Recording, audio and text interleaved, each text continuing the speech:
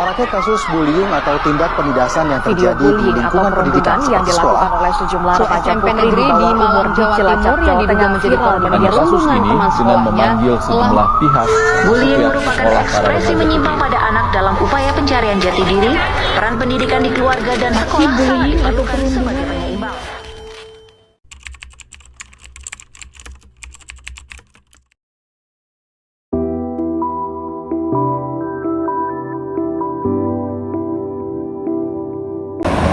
Assalamualaikum warahmatullahi wabarakatuh. Waalaikumsalam warahmatullahi wabarakatuh.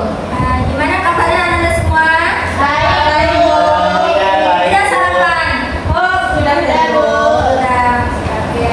Nah, sesuai dengan kesepakatan kemarin, kita di sini akan melaksanakan namanya bimbingan klasikal. Nah, hari ini kita akan melaksanakan bimbingan klasikal dengan tema mencegah dan mengatasi perilaku bullying, sikap tegas dan empati. Nah, sebelum masuki materi, di sini Ibu akan menjelaskan tujuan layanan kita. Nah, di sini Ibu mengharapkan kepada Anda semua saat kita melaksanakan bimbingan klasikal, Ibu mengharapkan Anda itu bisa setelah mengikuti kegiatan ini, diharapkan Anda semua bisa mampu yang pertama itu menjelaskan pengertian dan jenis perilaku bullying, yang kedua itu memahami dampak negatif bullying bagi korban, pelaku, dan di lingkungan sekolah, menunjukkan sikap tegas untuk menolak segala bentuk perundungan, yang keempat itu menumbuhkan empati terhadap korban bullying dan teman yang membutuhkan dukungan, dan yang terakhir itu merancang langkah-langkah nyata untuk mencegah dan mengatasi bullying di lingkungan sekolah. Nah, apakah bisa dipahami dari semua? Bisa. Oke. Di sini ada pun pengantarnya. Nah, di sini Ibu jelaskan ya. Jadi, bullying atau perundungan adalah masalah sosial yang sering terjadi di kalangan pelajar. Nah, perilaku ini bisa muncul dalam bentuk ejakan, kekerasan fisik, pemucilan, atau bahkan komentar jahat di media sosial. Nah, meski kadang-kadang dianggap candaan, bullying ini dapat meninggalkan luka batin yang dalam dan berdampak panjang pada kepercayaan diri serta kesehatan mental korban. Nah, selanjutnya setiap orang juga berhak merasa aman, diterima dan dihormati di sekolah. Nah, melalui sikap tegas menolak bullying dan empati pada korban, murid juga dapat membangun lingkungan belajar yang positif dan saling menghargai diri. Apakah bisa dipahami? Bisa. Sebelum masuk ke pengertian bullying, apakah dari Ananda ada yang tahu apa sih bullying itu? Ada, Bu, saya, Bu. Oke, siapa dulu? Ada yang dulu boleh. Baik, Bu, bullying itu yaitu suatu tindakan yang dimana tindakan tersebut baik secara verbal maupun non verbal menyerang seseorang individu, Bu. Oke, betul. Dari Ananda, Sofi? Bullying itu ya seperti yang dibilang sama itu tadi, itu menyerang Bu, tapi lebih kayak apa ya, seperti kata-katanya itu baik itu di sosial media maupun di Oke, ada yang lain? sama dulu. Boleh, Pak? Lebih kayak contohnya Bu, contohnya kayak Boleh. punya teman kayak jadi pendek, gemuk gitu. Itu termasuk bullying atau Ya, gimana? betul, Bu. Betul, betul. Jadi Ibu juga nanti kan betul, Ananda. Oke. Yang belakang ada? Sama. Oke. Nah, betul sekali yang dikatakan Ananda semua. Jadi Ibu jelaskan. Nah, pengertian bullying di sini adalah bullying adalah perundungan, yaitu perilaku agresif yang dilakukan secara sengaja dan berulang untuk menyakiti orang lain, baik secara fisik, verbal, sosial maupun digital. Nah, biasanya terjadi karena adanya ketidakseimbangan kekuatan pelaku, merasa lebih kuat, lebih populer atau lebih dominan daripada korban. Nah, dari penjelasan pengertian, apakah Anda sudah paham? Paham, Bu. Oke, lanjut. Di sini ada pun ciri-ciri perilaku bullying. Nah, yang dipaparkan oleh Ibu. Selain di sini, apakah Anda ada yang tahu apa saja sih ciri-ciri perilaku bullying? Oh itu Bu, Ya, coba mengejek, ya dengan bahasa yang tidak baik. Oke, dan ada lagi? Memukul. Usir, Bu. Usir. Ya, jadi pasang dengan temannya.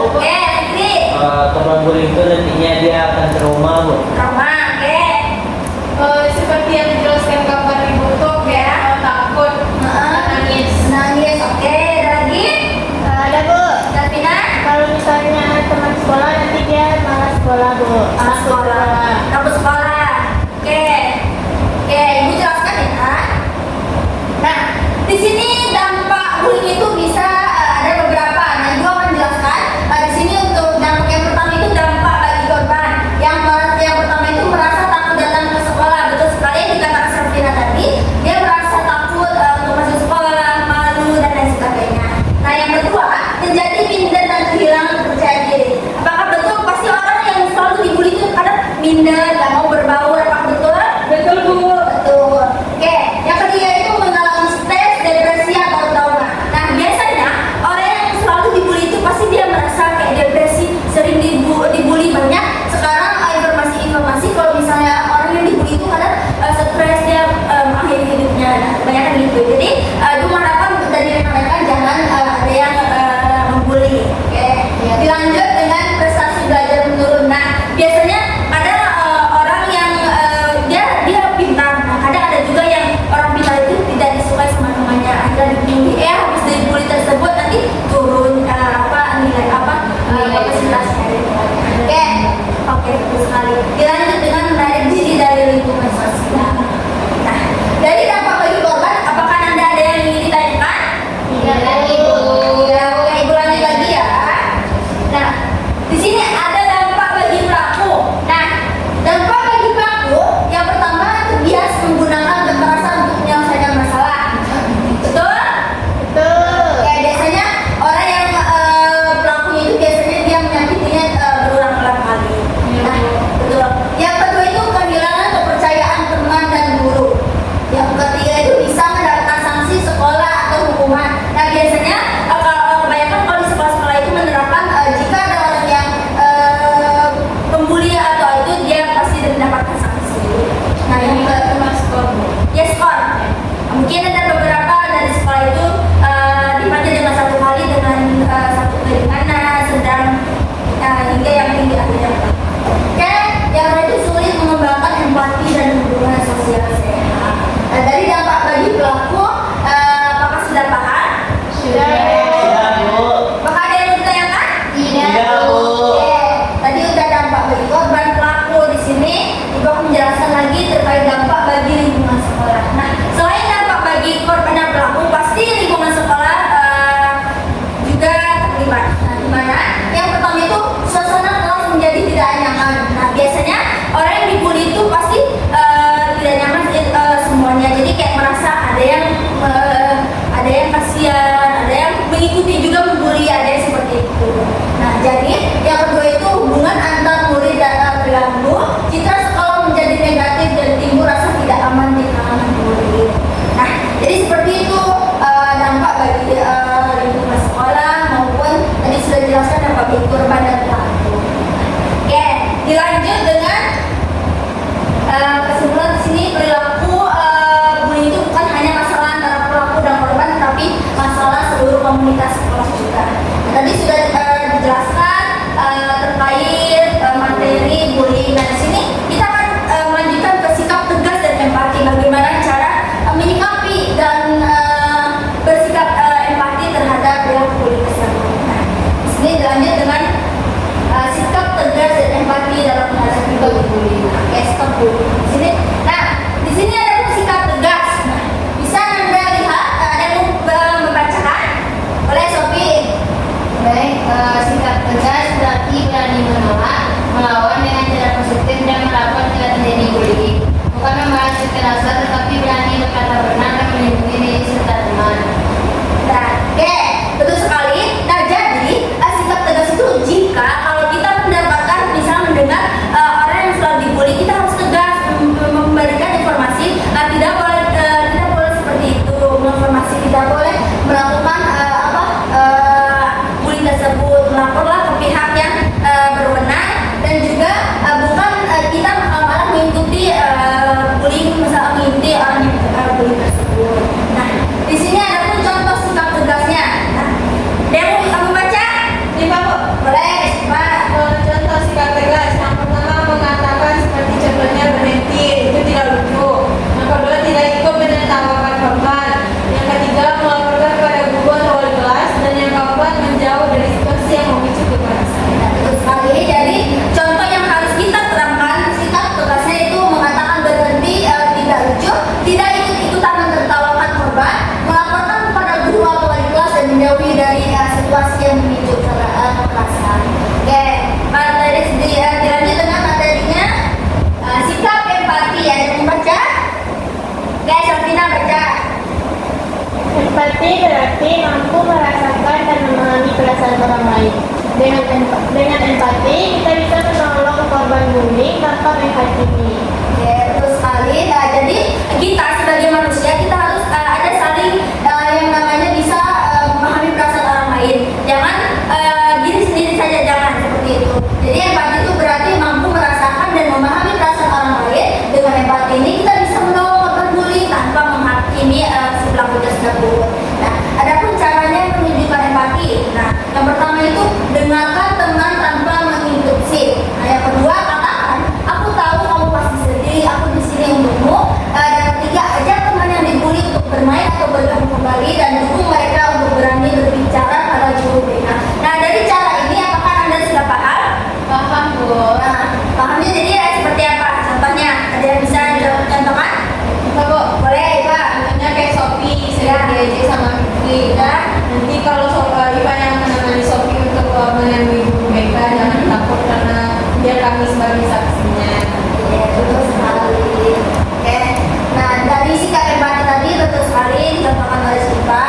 Nah, jadi kita sebagai manusia itu harus bersikap empati, saling menolong. Ya. Dilanjut dengan strategi mencegah dan mengatasi bullying di sekolah. Nah, bagaimana sih Bu cara strategi mencegah dan mengatasi bullying di sekolah? Nah, Ibu akan menyampaikan yang pertama, di sini terdapat ciptakan lingkungan aman dan ramah. Di mana yang pertama itu bangun budaya yang saling menghargai di kelas. Nah, kita sebagai lingkungan yang ada di dalam kelas ini, kita harus saling menghargai satu sama lain. Ya, yang kedua itu guru dan murid menandatangani deklarasi sekolah anti bullying seperti kita mengadakan seminar dan lain sebagainya.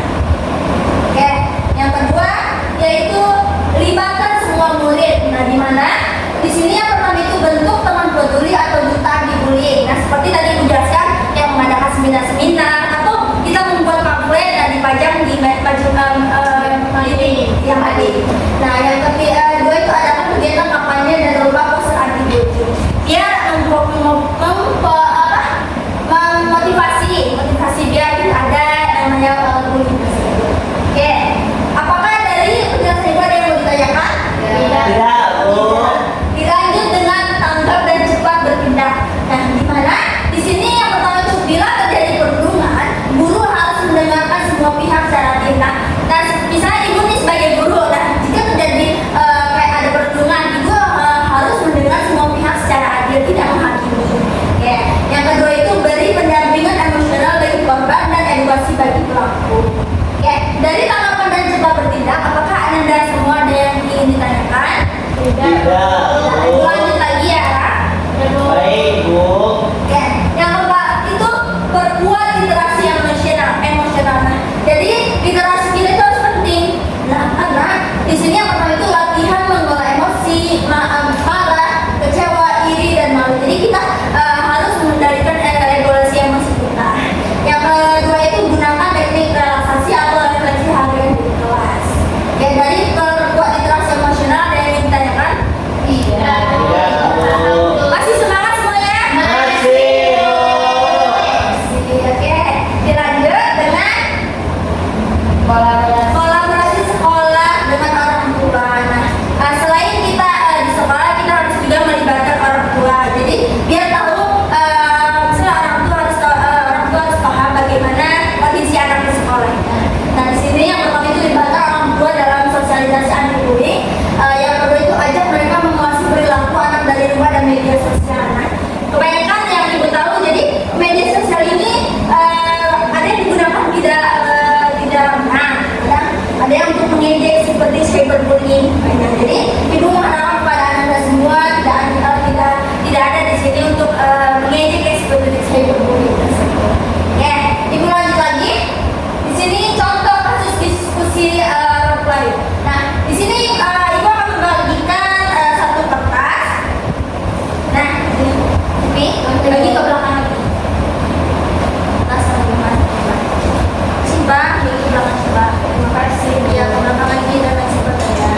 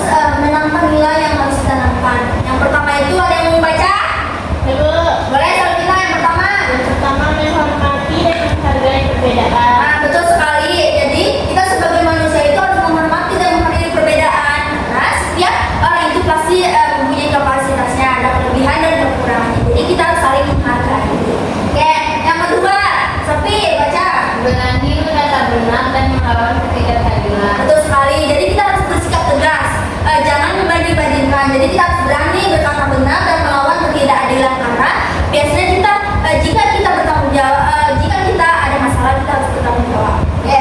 Yang ketiga, sifat Menjadi sahabat yang peduli, bukan menonton dia. Oke, di sini ada yang punya sahabat? Ada. Nah, di sini aku mengharapkan kepada sahabatnya. Jadi kita sebagai sahabat itu harus peduli, bukan misalnya kayak diam saja jadi penonton, jadi seperti itu. Jadi harus saling menolong, jadi tolong menolong. Ya, yang terakhir, Arifin baca. Menyadari bahwa setiap kata dan tindakan memiliki dampak. Betul sekali. Jadi kalau kita berbicara itu harus disaring dulu, jangan asal kayak ceplos-ceplos. Jadi karena manusia itu sifatnya itu ada yang tidak enakan atau bagaimana sensitif. Betul sekali ya kata sifat. Nah, jadi dari keempat ini ibu mengharapkan kepada Ananda semua bisa melakukannya bukan hanya di lingkungan sekolah aja maupun di luar sekolah. Bisa dipahami? Bisa. Bisa, Bu. Masih semangat? Masih, Bu. Oke, lanjut. Banyak kan? Nah, terakhir. Nah, oke, banyak terakhir nih, itu terakhir. Nah, penutup. Nah, jadi dapat kita simpulkan bahwasanya tegas itu bukan berarti keras dan empati bukan berarti lemah. Dan juga tegaslah untuk mengatakan tidak pada bullying dan gunakan empati untuk menguatkan teman yang lemah. Dan terakhir, karena sekolah yang aman dimulai dari keberanian dan kebaikan setiap kita. Oke, dari pemahaman yang ibu sudah sampaikan tadi, apakah Ananda semua sudah paham? Sudah, Bu. Apakah ada yang bisa di sini menyimpulkannya? Saya, Bu. Oke, Safina. Yang dapat saya simpulkan, perbuatan bullying itu sangat tidak disarankan karena bisa berdampak kepada korban itu sangat berdampak buruk kepada korban yang mengalami bullying, Bu. Ya, betul sekali. Dari Arifin? Dari materi bullying tadi dapat saya simpulkan, Bu, katakan saya itu bullying atau tidak kepada bullying. Karena bullying ini merupakan suatu tindakan yang tidak sesuai dengan ajaran agama dan juga berlawanan dengan hukum. Ya, betul sekali dikatakan oleh rekan-rekan semuanya. Jadi untuk materi kita hari ini mungkin sampai situ. Nah, sebelum kita tutup, di sini Ibu ingin menanyakan kepada Ananda semua gimana perasaan Ananda setelah kita melaksanakan bimbingan kelas kali ini. Senang, Bu. Senang, Bu. Ya, senang. Selain senang, apalagi? Kami mendapatkan ilmu yang baru, Bu. Oke, perasaan senang dapat pemahaman baru. Nah, dari materi yang Ibu sampaikan, nah dari rekan-rekan ini apa yang akan rekan-rekan lakukan atau Anda lakukan setelah melihat materi yang telah Ibu sampaikan? Bagaimana? Oke sih Pak. Kalau seandainya saya dibully, saya tahu akan melakukan apa saja. Dan juga kalau seandainya saya nampak yang teman yang dibully, saya juga tahu apa yang harus saya lakukan, Bu. Oke. Ya, Bu. Ya, Rikin. Kalau untuk saya, kita harus menghilangkan perilaku bullying ini, Bu. Karena nampaknya nantinya juga bisa menghilangkan nyawa seseorang, Bu. Jika ada di lingkungan kita yang mendapatkan bullying, kita sebagai seorang teman atau sebagai muslim yang baik harus mengingatkan bahwa kepada perilaku itu bahwa tindakan bullying ini adalah tindakan yang salah, Bu. Ya, betul sekali. Oke, nah dari rekan-rekan tadi kayak perasaan dan apa yang akan dilakukan.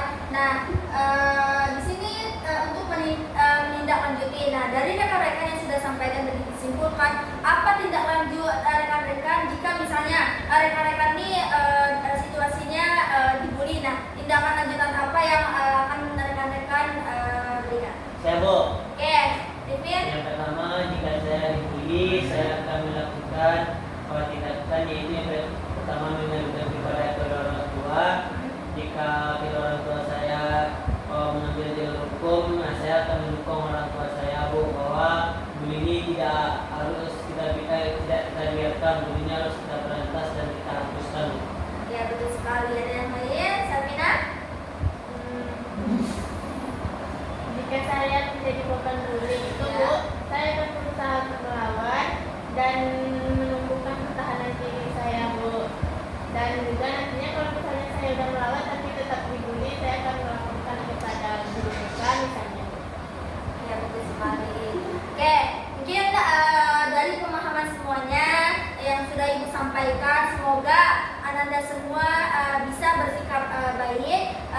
dan juga bisa bersosialisasi dengan baik kepada teman-temannya, mengasih tahu bahwa dampak bullying itu tidak baik. Nah, semoga dengan materi yang Ibu sampaikan bisa bermanfaat, tidak untuk hanya Ibu, untuk rekan-rekan juga, baik dalam kehidupan berkelas juga maupun di luar kelas. Ya, mungkin itu saja. Nah, di sini Ibu punya jargon. Jika Ibu bilang stop bullying, kalian mengikuti juga dengan gerakan stop bullying. Bisa dipahami? Bisa, Bu. Oke, 1, 2, 3. Stop bullying. Stop bullying. Oke, terima kasih. Mungkin itu saja. Bila kita untuk mengakhiri kegiatan pembelajaran kita pada pagi ini, marilah kita tutup dengan mengucapkan hamdalah